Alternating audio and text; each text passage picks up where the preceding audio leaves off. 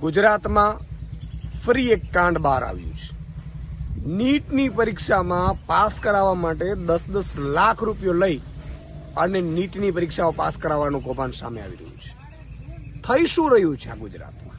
ગુજરાતને આપણે કેટલું બદનામ કરીશું? એક એવું પેપર નથી કે જ્યાં પેપર ગુજરાતમાં ફૂટ્યું ન હોય. બીજા નંબરમાં સારા વિદ્યાર્થીઓ પાસ થઈને ડોક્ટરો સારી રીતે બની શકે, શું આપણે ઈચ્છતા નથી એવું? અને ગુજરાતમાંથી મુન્નાભાઈ MBBS તૈયાર થશે? જે લોકો ચોરી કરીને 10-10 લાખ રૂપિયામાં પાસ થશે એ ડોક્ટર કેવા હશે? ત્યારે આ સમગ્ર મામલે ગુજરાત સરકારે ગંભીરતાથી દાખવવી પડશે.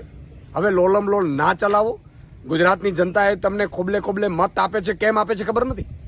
એક પેપર લીક થાય, 2 પેપર લીક થાય, 3 પેપર લીક થાય, છતાંય તમને જ મત આપે છે. અત્યાર સુધી 156 તમને આપી, આટલા પેપર લીક કર્યા છતાંય. પણ એ ગુજરાતની જનતાને પણ મારે કહેવું છે કે તમારા બાળકનું ભવિષ્ય જે ખતરામાં મૂકે છે એ સરકારોને તમે ચૂંટો છો, એ પણ એક મોટો સવાલ છે.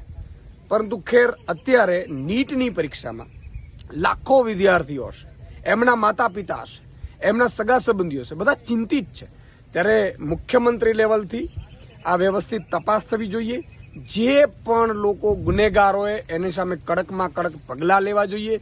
પોલિટિકલી કનેક્શનો હોય તો એમાં બહાર લાવવા જોઈએ અને આ બધા જેલના સળિયા પાછળ જવા જોઈએ. ફૂલ પ્રૂફ સિસ્ટમ એવી હોવી જોઈએ કે નેક્સ્ટ ટાઈમ ગુજરાતમાં દરેક વિદ્યાર્થી અથવા એના માતા પિતા એવું ઈચ્છે અથવા તો એ આશ્વાસ રહે કે મારા ગુજરાતમાં હવે કોઈ પેપર લીક નહીં થાય, મારો દીકરો હોશિયાર હશે તો એ નંબર આવી જશે. અને તપાસ યોગ્ય રીતે કરવી જોઈએ. જય હિન્દ, જય ભારત.